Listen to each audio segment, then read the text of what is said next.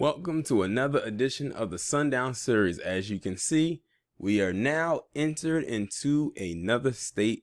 We have left Indiana and we are now in Kansas. That same place Dorothy referred to in The Wizard of Oz, where our first stop is a place called Altoona. Now, I've heard of an Altoona before, but I think it's the one that's in Pennsylvania. But this one is in Kansas. So let's get into it. And this one's going to be very short, y'all. I'm just giving y'all a heads up. Altoona is a city in Wilson County, Kansas, United States, along the Verdigris River. As of the 2010 census, the city population was a whopping 414 people. Y'all heard that correctly. It is less people in that state than money in most people's bank accounts. 414 since 2010. I wonder where it's at now. Let's read this history. Altoona was originally called Gettysburg when it was founded in 1869. It was renamed Altoona in 1870 after Altoona, Pennsylvania. So they named themselves after another city in a whole another state. The first post office in Altoona was established in April 1870. Altoona experienced growth when the railroad was built through the settlement in about 1885.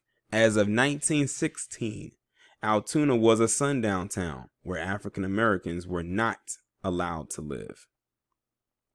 So I'm looking at their demographics. Their highest population count was 1,462 people, and that was back in 1910. Their second most highest was 1,016, and that was in 1920. And every 10 years after that, from 1930 all the way up until 2019, has all been under 1,000. Like I said, in 2010, their population was 414.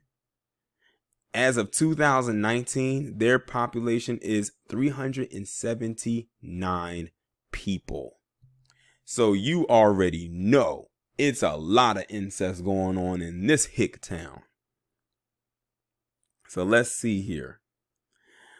The racial makeup of the city was 95.2% white, 1.2% Native American, 3.6% from two or more races.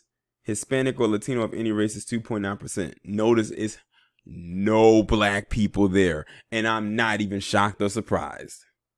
379 people living there. But they said as of 1916 that this place was a sundown town. So they literally ran probably all 10 black people up out of that town. And they never went back. Well, good for them. That's crazy. They said that there's 165 households and 111 families residing in the family. That just shows you right there how small it is. 165 households with 111 families living there.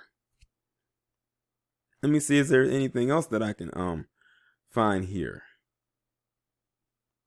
What does it matter? It doesn't really matter. They even went back to their 2000 census, and even back in 2000, it wasn't no black people there.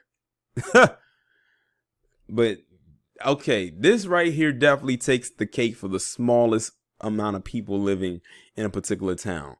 I didn't think it could get any smaller than some of the ones that were slightly higher, at least on the 1,000 scale. But this one can't even crack 500 in the last few years. The last time they was in the 500s was in 1980, and they literally had no growth at all.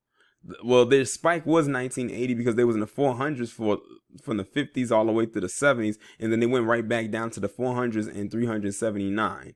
The lowest they've ever been was when the town was first founded back in 1890, and from the looks of it, give it a couple more years and they're gonna be damn near at zero. But y'all let me know what y'all think about this down in the comments. Y'all probably cracking up at this right about now. It's funny to me. It absolutely is. And I'll talk to you in the next one.